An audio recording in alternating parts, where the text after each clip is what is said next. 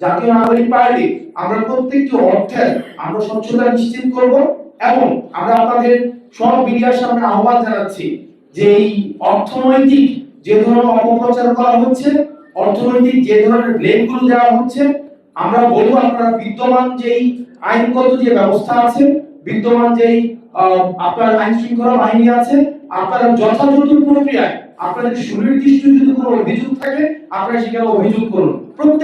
আমরা প্রত্যেকটা অভিযোগকে আমরা অ্যাড্রেস করব।